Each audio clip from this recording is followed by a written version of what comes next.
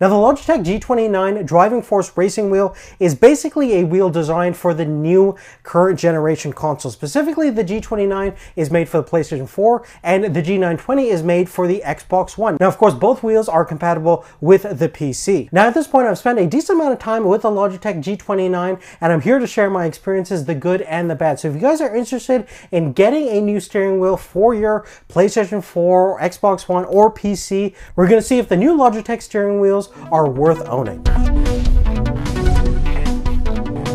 Now essentially what the G29 is a combination of the Logitech Driving Force GT that was specifically designed on the PlayStation platform and the very popular G27 force feedback steering wheel. Now in a lot of ways this is basically more or less a G27 designed for the PlayStation 4, and as you can see from its button layout, it's specifically themed around the PlayStation platform. You actually have 13 buttons in total, including a 24 selection switch dial with an enter button at the center of it, as well as all your PlayStation buttons as you would expect, including the share, options, and PlayStation buttons. You can control the entire console using the steering wheel. You don't have to use your PlayStation controller in order to basically get into your game or do anything on your console. Furthermore, this wheel is of course fully compatible with the PC, and using Logitech's driver software you can map and program each of the buttons to your heart's content, which is great if you want to manually map out a game that might not be optimized for the G29 and G920's design at launch, but thankfully since it is a PC you can fully program all the buttons in order to make things as compatible as possible with as many racing platforms on the PC. Now moving forward, let's talk about the design of this new steering wheel. Now basically it's using the same base as we found on the older G27, but it definitely has a nicer, sportier look to the rim itself. You also have hand-stitched leather wrap that's all around the steering wheel, providing plenty of grip. The spoke of the wheel is made out of anodized aluminum, so not only does it look great, but it should be fairly durable over a long period of time. There's also a metallic blue steering orientation strip, which is a nice visual aid to make sure your steering wheel is pointing in the right direction. Additionally, if you're mounting this to an existing gaming rig that you use for your G27 or other steering wheels, this has plenty of mounting options, so you shouldn't have any issues in securing it between any kind of tabletop. Additionally, if you're going to adapt this to your existing racing simulation rig, you shouldn't have any issues if that rig worked with the G27. Now let's talk about the pedals themselves. Each of these pedals are basically weighted equally to what a real car should feel like with a manual transmission. So basically on the right side you have an accelerator, you have a heavy brake which is weighted pretty naturally. It also is dampened, which is an upgrade from the G27 which didn't have that dampening, so you have a lot more progressive feel, and it's going to be a little bit more quieter than the brake pedal we found on the G27, and of course the clutch on the very left hand side, which also has kind of a medium spring towards it, so it's right in between the tension point of the brake and the accelerator. Another cool thing about the pedals is that the bottom portion, you do have some spikes, so if you're going to put this on some carpet, it will prevent it from moving backwards, because that's a big issue that I found myself coming across quite a bit, especially if you don't have a proper racing simulation rig. Now, the one unfortunate thing about when you get the G29 is that it does not come with the 6-speed manual transmission stick shift. You pretty much have to get that as another $50 option, unlike the older generation G27, which had that included.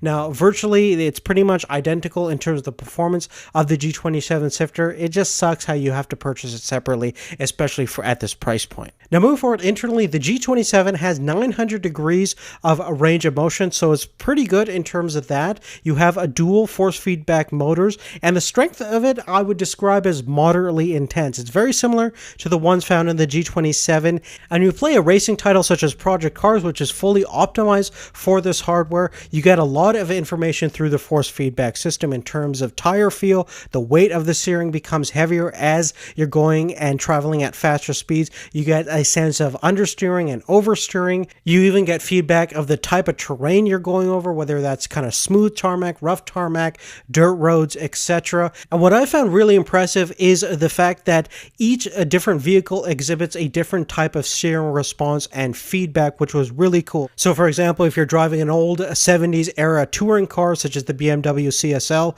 you're going to find that the steering wheel is going to be a lot more harder and a lot heavier than a modern day touring car, which has a little bit better power steering. Furthermore, I know that the G27 can demonstrate all of these similar attributes because it's got very much the same internal architectures. I do have to say that the internal response of those motors is slightly faster in terms of response time, not by a huge margin, but I could feel that the game felt a little bit more connected to the G29 compared to the G27. Now, this steering wheel is gear driven. It's specifically using helicut gears with an anti-backlash gearing design, so it's supposed to be pretty quiet, and it does exhibit a little bit less noise compared to the G27, but again, not by a huge margin. You're still going to encounter that kind of clanking noise every once in a while once you hit a bump in the road or crash into a sidewall.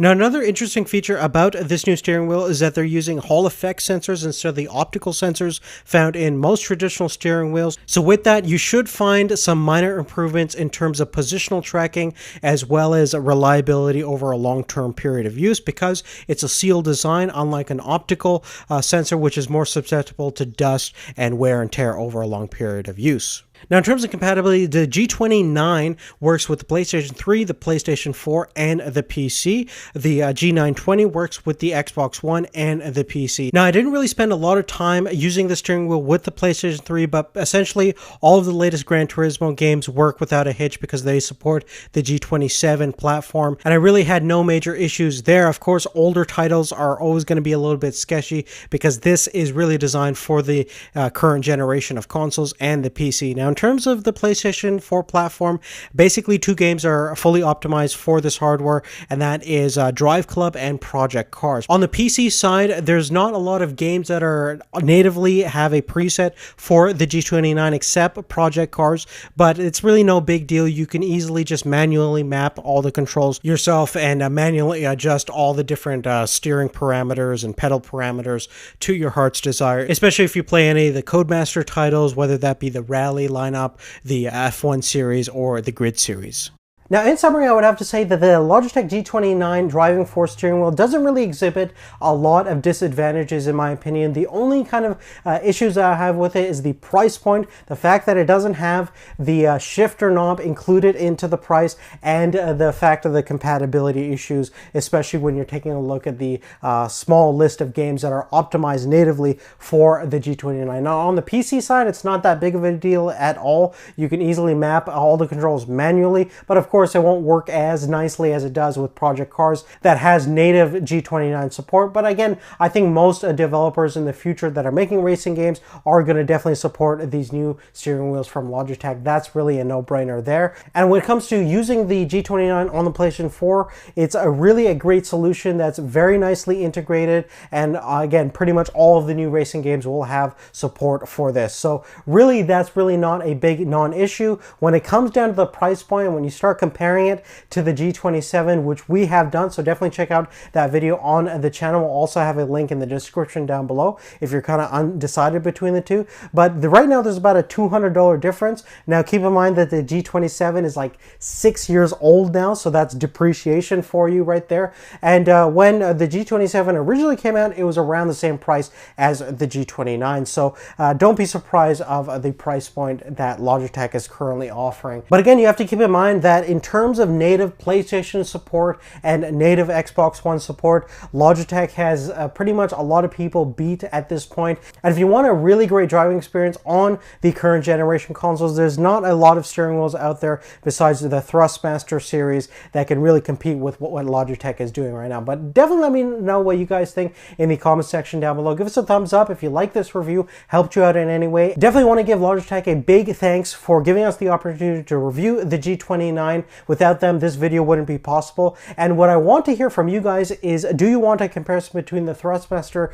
300 and the G29? Because those seem to be the current generation steering wheels that most people are interested in it. So, but if you guys want that comparison, definitely let me know and I'll see what I can do. But for this video, that's really it. Thank you so much for watching. We'll see you later. Take care.